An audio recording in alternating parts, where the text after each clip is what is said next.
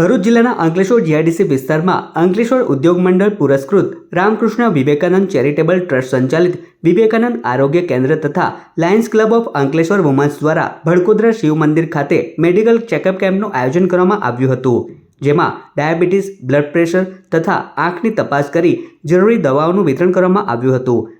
આ પ્રસંગે district chairman Shivram Agarwal, પ્રમુખ તુષાર પટેલ, પ્રેરણા પટેલ, સેક્રેટરી દિનેશ પટેલ, ભાવના પટેલ તેમજ રામકૃષ્ણ વિવેકાનંદ ચેરિટેબલ ટ્રસ્ટના સભ્યો સહિત મોટી સંખ્યામાં લાભાર્થીઓ ઉપસ્થિત રહ્યા હતા।